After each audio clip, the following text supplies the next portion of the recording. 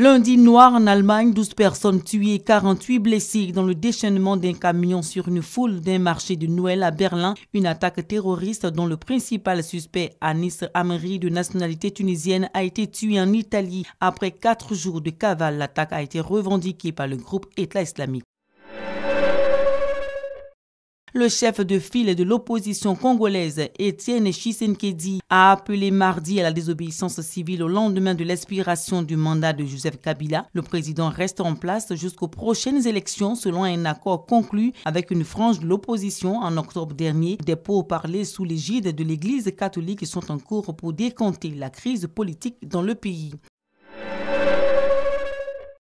L'Assemblée générale des Nations unies a approuvé mercredi la création d'un groupe de travail chargé de préparer des dossiers sur les crimes de guerre commis en Syrie. C'est la première étape vers la poursuite en justice des responsables de ces atrocités. La résolution établissant sa mise en place proposée par le Liechtenstein a été approuvée par 105 votes contre 15 avec 52 abstentions.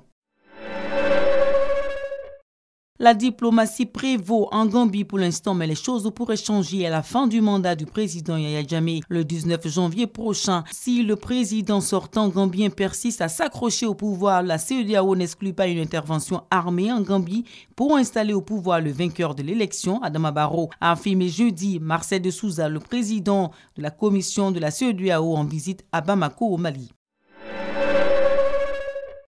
Un vaccin d'origine canadienne contre Ebola efficace à 100% a annoncé vendredi l'Organisation mondiale de la santé OMS. Après un texte sur près de 6000 personnes en Guinée, aucun cas n'a été signalé, indiquent les résultats de l'essai conduit par l'OMS. Le vaccin pourrait être mis en vente en 2018.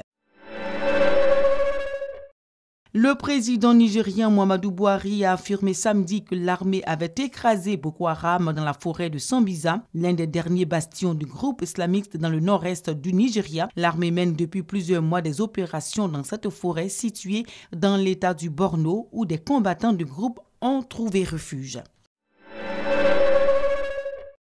Un avion militaire russe s'est abîmé en mer Noire avec 92 personnes à bord ce dimanche. L'avion transportait aussi 64 membres des chœurs de l'armée russe. Il devait rejoindre une base en Syrie pour remonter le moral des troupes russes. Pas de survivants. Le président Vladimir Poutine a diligenté une enquête pour déterminer les causes de cette catastrophe aérienne.